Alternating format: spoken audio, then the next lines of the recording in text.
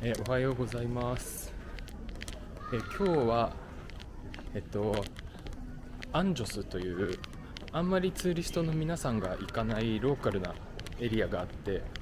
でそこに結構僕のおすすめのカフェとかレストランとか、買い物スポット結構いろいろ点在してるので、そのエリアちょっと今日、簡単に紹介しつつ、その周辺にもおすすめの場所だったりあったりするので、散歩しながらちょっとアンジョス周辺をお見せしようかなと思います。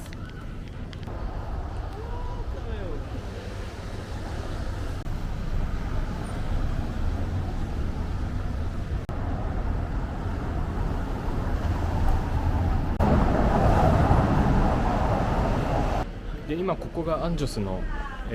飲食街がよく並んでるストリートになるんですけど、ここに並んでるお店本当に全部ザ・ローカルって感じの、お店なので、全然ツーリストいなくて、で価格もちょっと中心地よりやっぱり安めで、メニューも本当にザ・ポルトギーズなメニューが多かったりするので、本当にローカルな雰囲気を味わいたい方にはぜひおすすめです。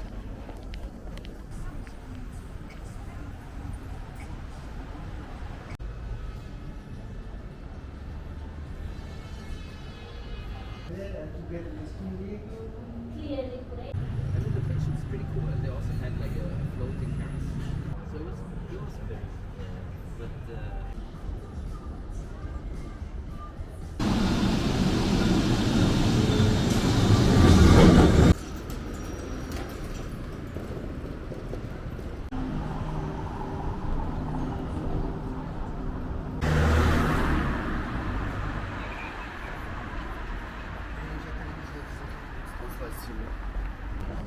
はい、で今、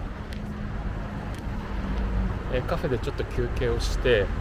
でモンテアグド展望台という、ビューポイントが近くにあるので、カフェからまたちょっと坂道を登っていって、そのビューポイントに今向かってます。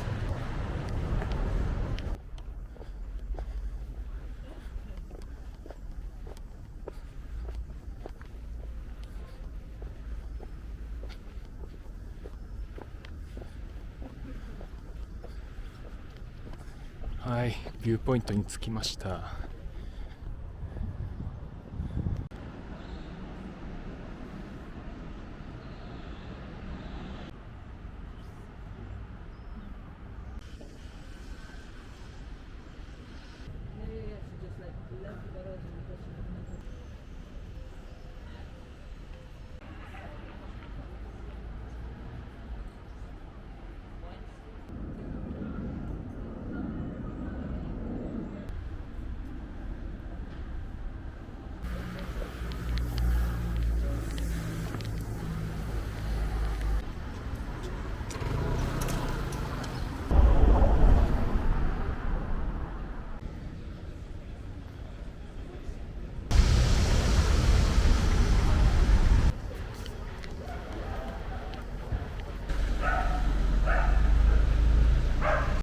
で先ほどの、展望台のエリアから、南の方に、移動するとグラーサというエリアです。ここは結構有名な観光地もあるエリアなので知ってる方も多いと思うんですけど、さっきのエリアとすごい近いので、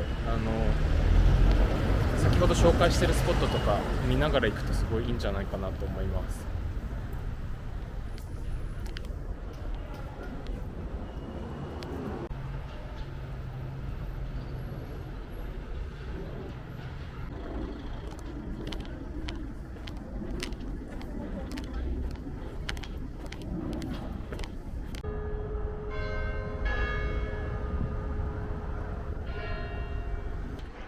なんかポルトガル七不思議なんですけど、なんか今日1月の、前半で最高気温18度とかあるんですよ。最低気温も多分14度とかで、かなり暖かくて、僕今サマーニットというかを1枚着てるだけでアウター着てないんですけど、ポルトガルの人たちこんな気温でもダウンとかファーとか厚手のジャケットみんな着てて、で昼間でもあんまり脱いでる人そんないないんですよ。今この公園にいても結構みんなアウター着込んでて、やっぱ日本にいて自分は結構もっと寒い冬に慣れてるので、今全然アウターあると暑いんですけど、ポルトガルの人はこの気温寒いと感じるのか、みんなすごい厚手の上着を着込んでいます。寒い気候への免疫が全然違うんだなって思います。もう僕は全然この気温だと上着着てると暑くて、朝晩はちょっと気温下がるタイミングなので全然上着あった方が逆にいいんですけど、昼間にどうしてももう上着着てると汗が止まらないので、この気温だと。なのでそう今まだ1月なんですけど、全然そう正直セーター1枚で出歩けるし、もう日によってはセーター1枚だけどめちゃくちゃ汗かきます。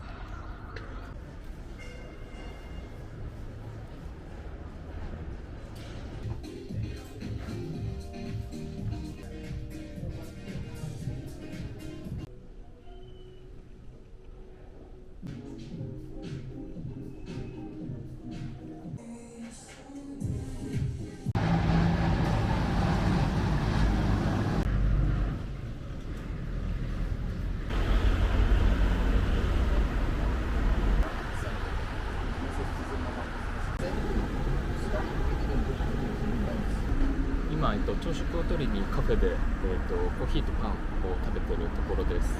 で今回の Vlog では、ポルトガルに移住しての感想とかよくいただく質問みたいなところを話しながら、撮っていこうと思っていて、で今回そうですね、話したいところ、まず1つ目が移住してみての感想、ポルトガル住んでみてどうですかみたいな話よく、質問いただくので、このお話しようと思います。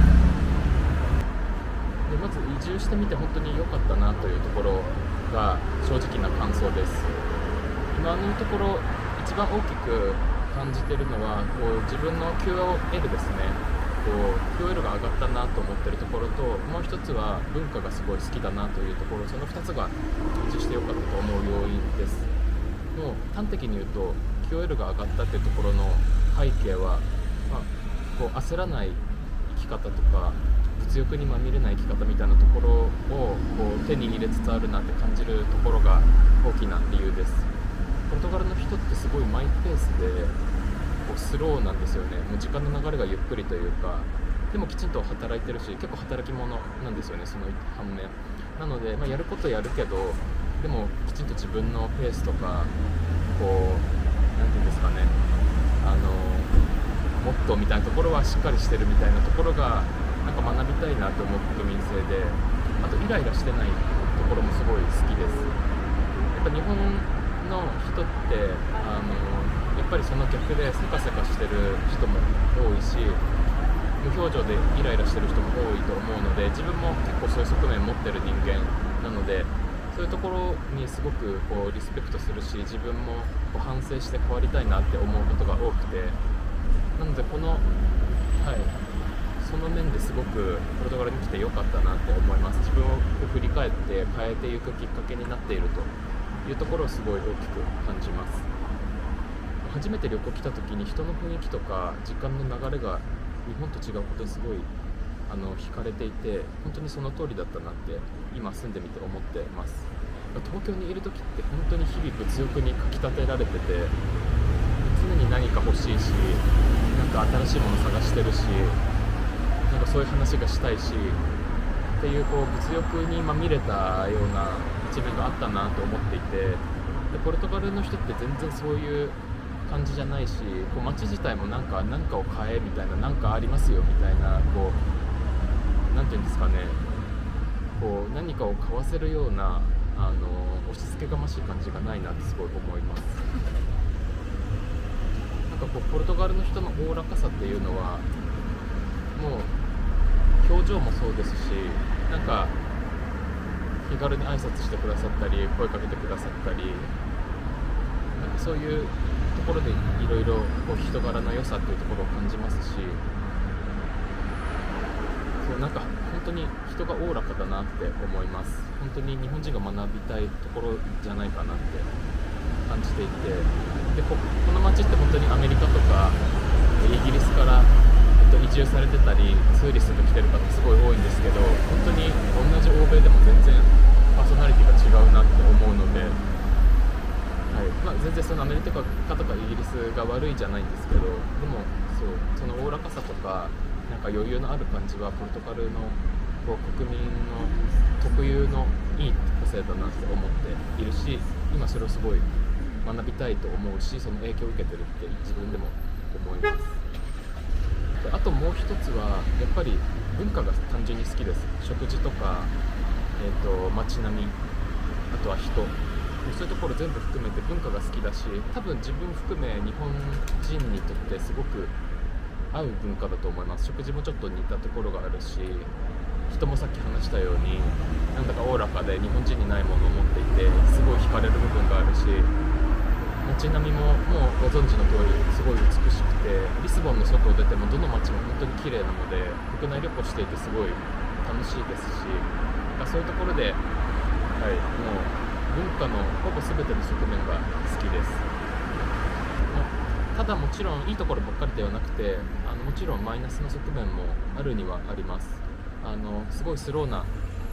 国ですという話しましたけど、スローな分逆にデメリットもあって、例えば銀行とか役所仕事ですね、すごい遅いです。1週間で届くっていったものが全然1ヶ月かかるし、3ヶ月っていったものが半年かかったりもするし、なのでそのスローっていうところが逆にこう悪く働く部分もあったりはするので、そういうところで結構困る部分もあるにはあって、最初はもう本当にその一つ一つにちょっとイラついたりとか困ったりしてたんですけど、ただ暮らしてみるともうそこに慣れてきて、そういうところの一つ一つに疑問を持ったりイライラするみたいなところはすごいなくなってきました。ただやっぱりそういうところって日本にはないと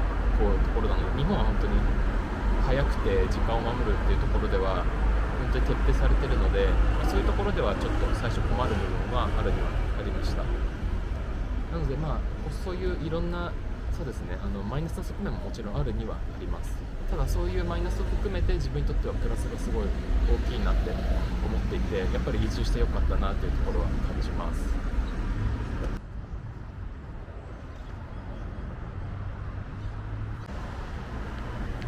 はい、先ほど朝食食べた後、近くの公園に行って、ちょっとゆっくり一人で時間を潰してました。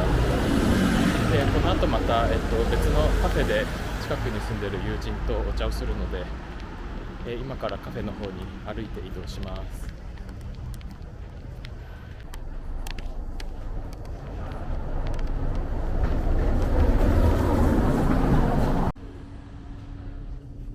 カフェに着きました。Here? I can do it.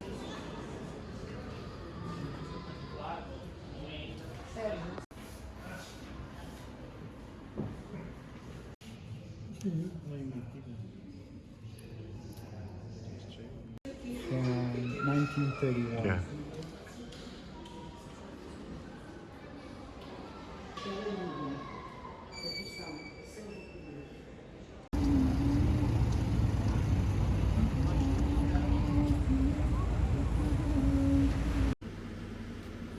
おはようございます。今からちょっと軽く出かけるので、またちょっとだけ Vlog 撮ろうと思います。行ってきます。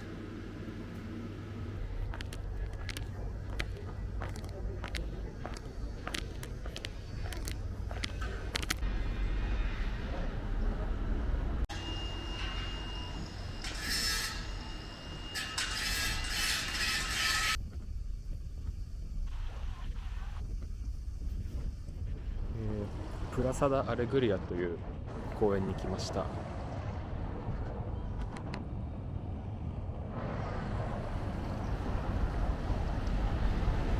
でこの公園は、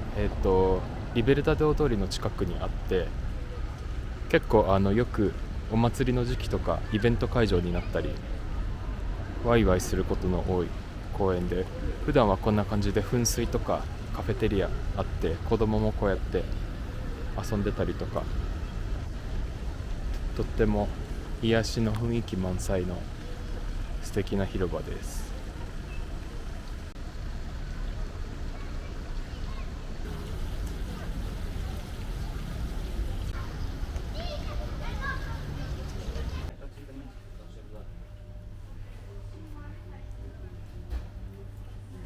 で今アマンエセールというアジアンマーケットに来てます。よくここで日本とか韓国の食料を調達しているのでちょっと簡単に紹介します。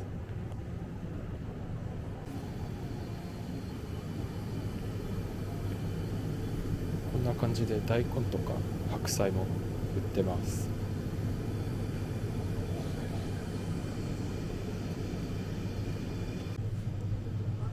あとよく買うのはこの豆腐ですね。日本のじゃないんですけど、まあでも味はほぼ日本と同じで中国のやつですね。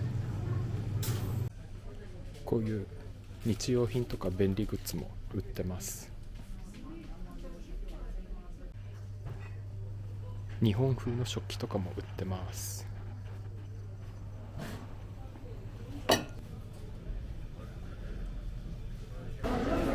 ちなみにこのスーパーの2階はフードコートになってます。日本とかベトナム、韓国、中国何でもあります。